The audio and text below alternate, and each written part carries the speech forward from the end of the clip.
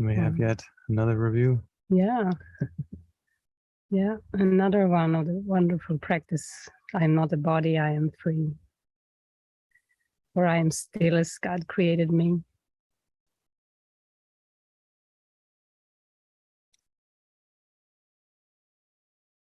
And the review is only my condemnation injures me.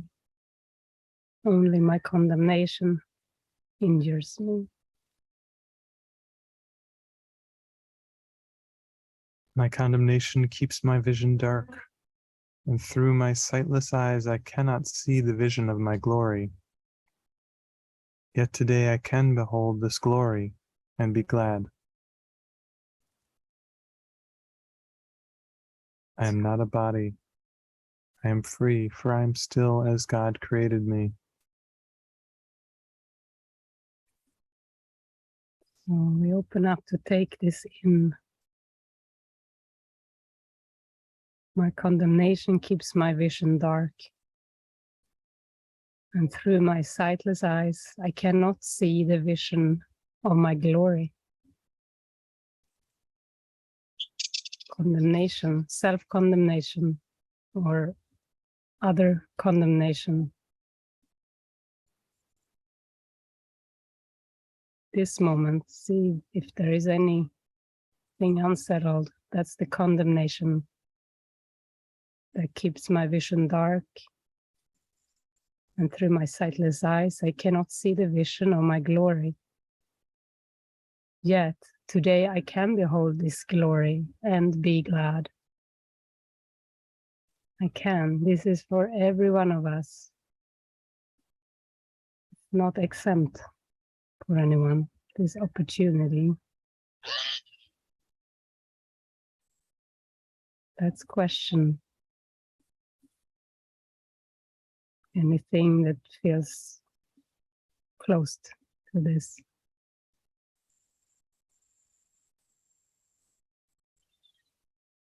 And we go within.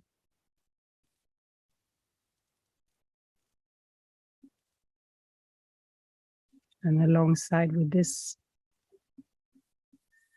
we invite the experience of I am not a body, I am free. For I am still as God created me.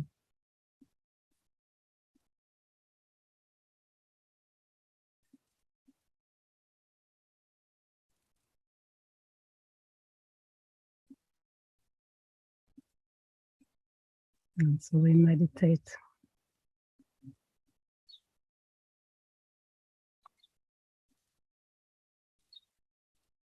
Inviting the calmness of the Holy Spirit.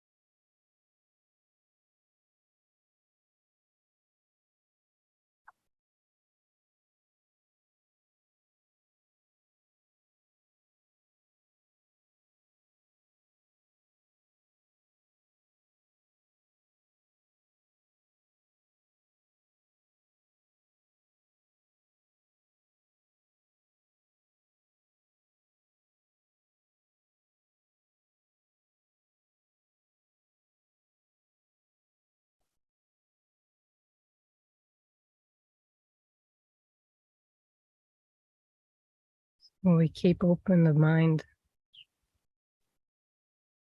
to the joining with the Holy Spirit,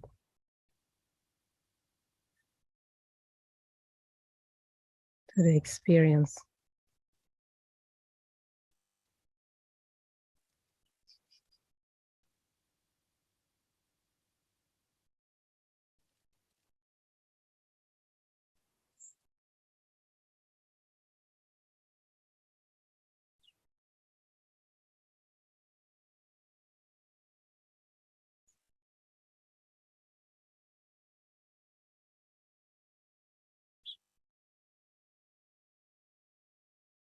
Glory, the glory.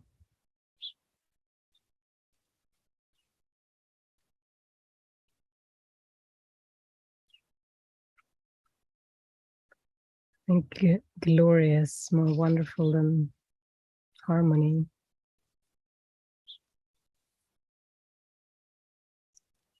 Something very powerful.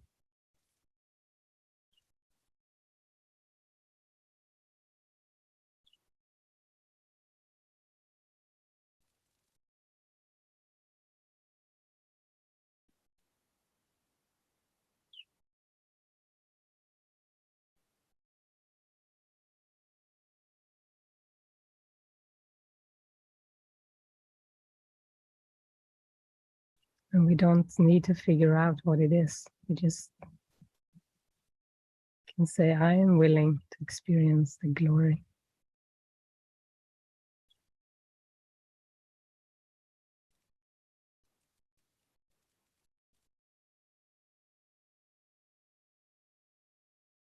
See, only my condemnation injures me.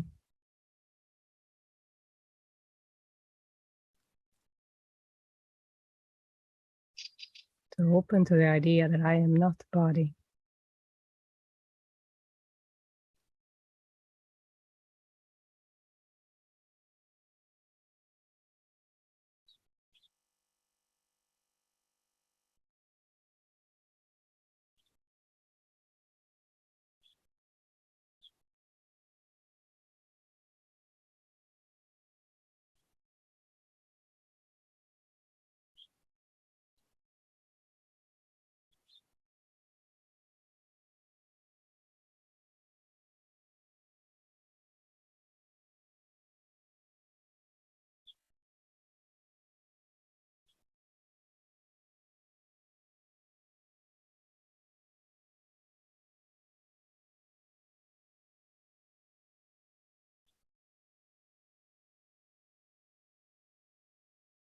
The idea that maybe it is possible that I am a glorious idea in the mind of God, and one with oneness, one self.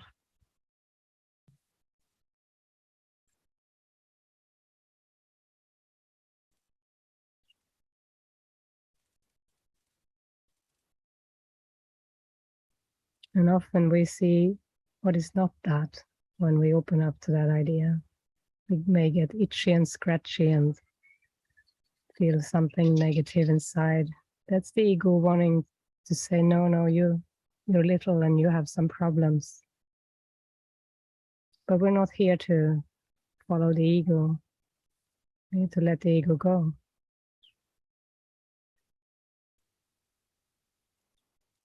Just let it go. Just move on. Just say, I'm willing.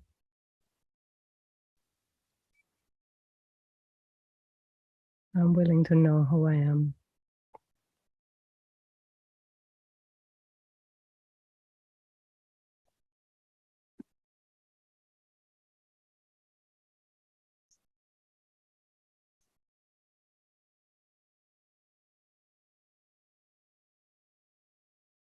You can see this day as another beautiful opportunity.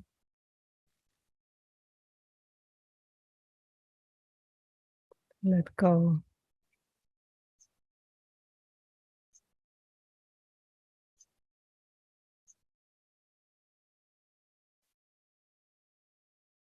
Let go of control.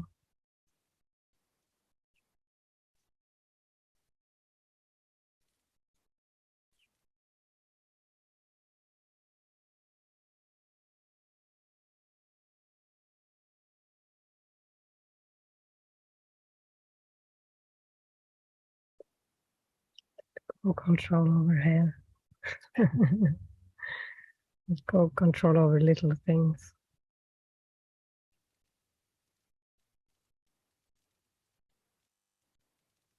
We cannot control the world, but we can control the direction of our thoughts. We can choose the direction of our thoughts right now. We can choose the direction, the helpful direction, not the unhelpful direction. It's not a good choice. The helpful direction is trust, forgiveness. Just saying, I'm willing. And if you see any kind of unwillingness, you can say, I'm willing to be willing. It's always such a beautiful prayer. I'm willing to be willing. To change my mind about what I have concluded.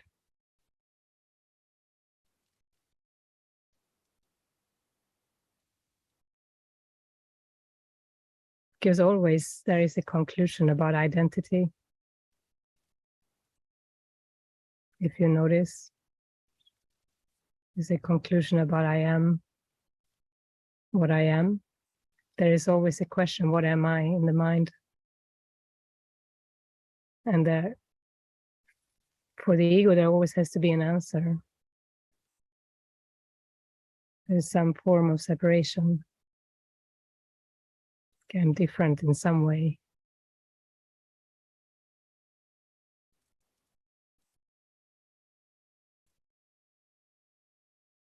But if we ask who I am, who am I, without filling in the blank,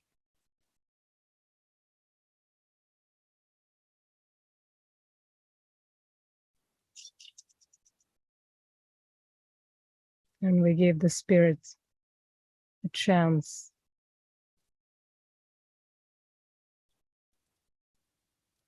to show us, to give us the experience,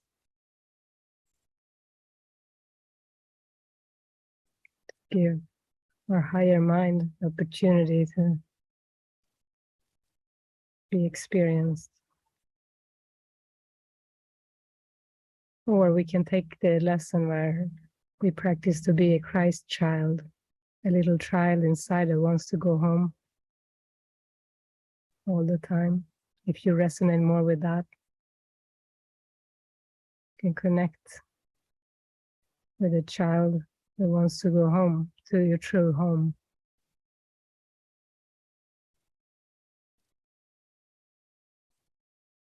And you can give that one a moment.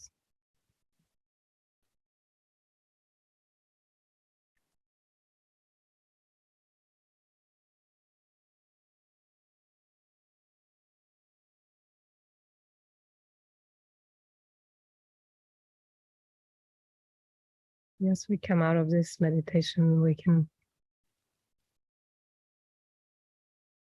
again trust.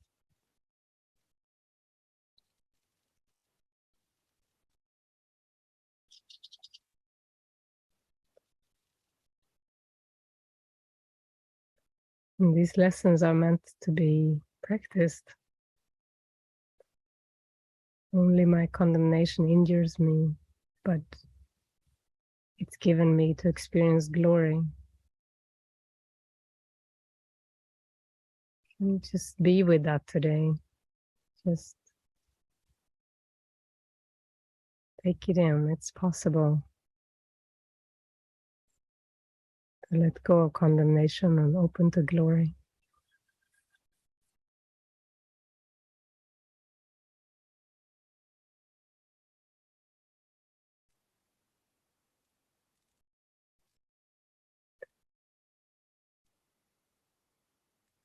And we can open up the space if there are anything, any sharings.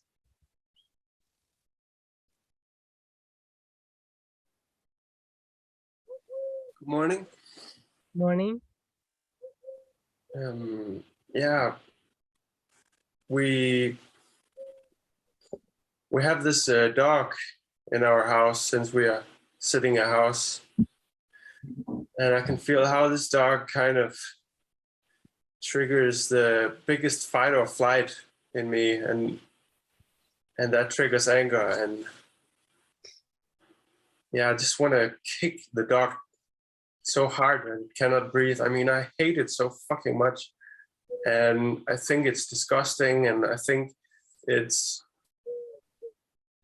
like that fear that I cannot control, that I cannot communicate. Please be silent. And it feels like my nervous system, that it has the power to take my nervous system or my feeling of peace and well-being, to just take it into suffering, to pain. And yeah, I can feel the sadness underneath it as I'm sharing it, you know.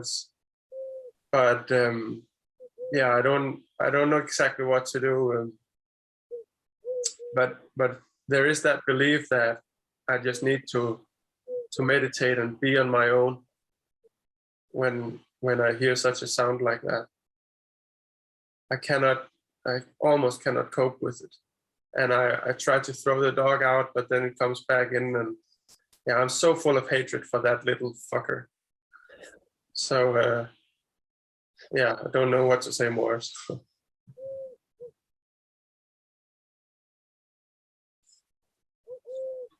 good. It's the dog has triggered something in you. It doesn't really come from the dog.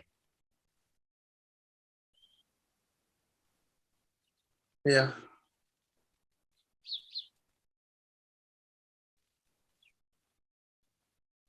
Yeah, it's more like, and I'm thinking if I should apply this in life in general, would it be that, okay, if I'm triggered to the level where I feel almost like sickened by it, would it be more gentle to go another place, or is that just my lesson to endure a trigger that even seems to sicken me?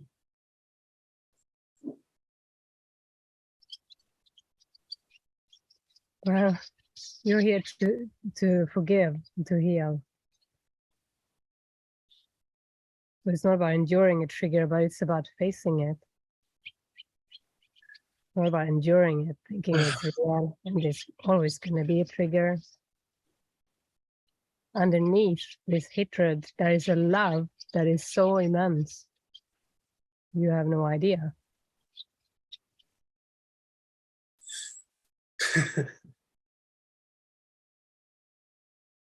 Peter knows a little bit about it, and send the same stuff around the cat. You can have a call with Peter and talk it through. He has been looking at the same stuff around the little cat. Yeah. Yeah. I could hear he was a little more loving than I when he shared about it. Yeah, but yeah, it is to allow these feelings up.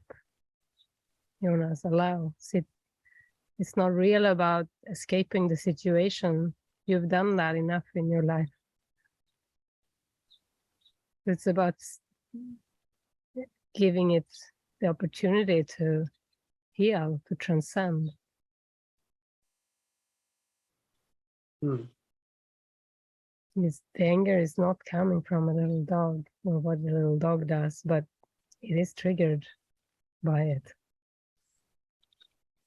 Yeah. And the dog has its home there. It's the dog's home. So in the dog's world, you're like an intruder. You're like, who is this hateful guy who comes into my house? You know, I don't know. Dogs can think like that, but you know, something is happening in the dog's world. It's the dog's house. Yeah. The thing is, when I'm in my right mind, I can also be a little bit loving to the dog. And for example, ask it in a loving way to be silent. Yeah, but that's also not real love. What? That's also not real love, Jenny said. So you can be a little bit loving. It's like, okay, I can offer a little bit, here, but that's not really love. Because love is overwhelming. Love is total, if it is at all. Huh. It's not like you offer a little bit or give a little bit here and there to have peace around you. That's belief in sacrifice. That's a belief in specialness.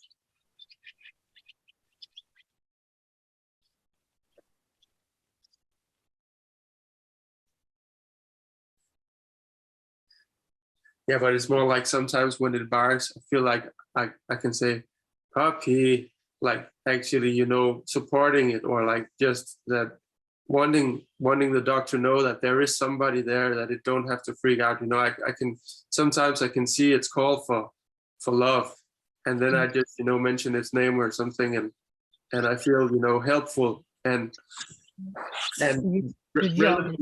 Yeah. What? It's when you join and you communicate with the dog. Yeah.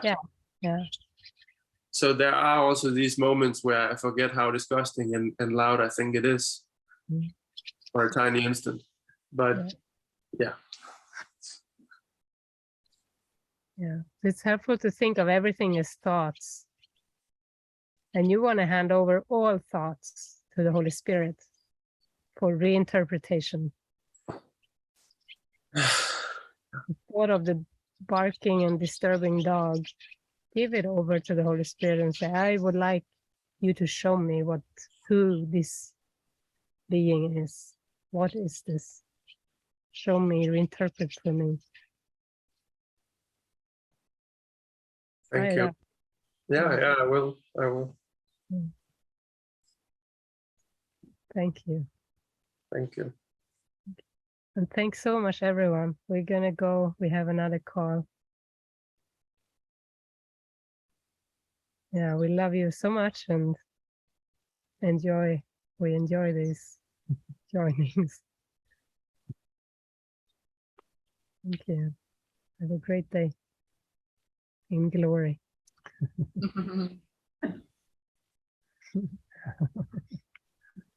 Bye, everyone.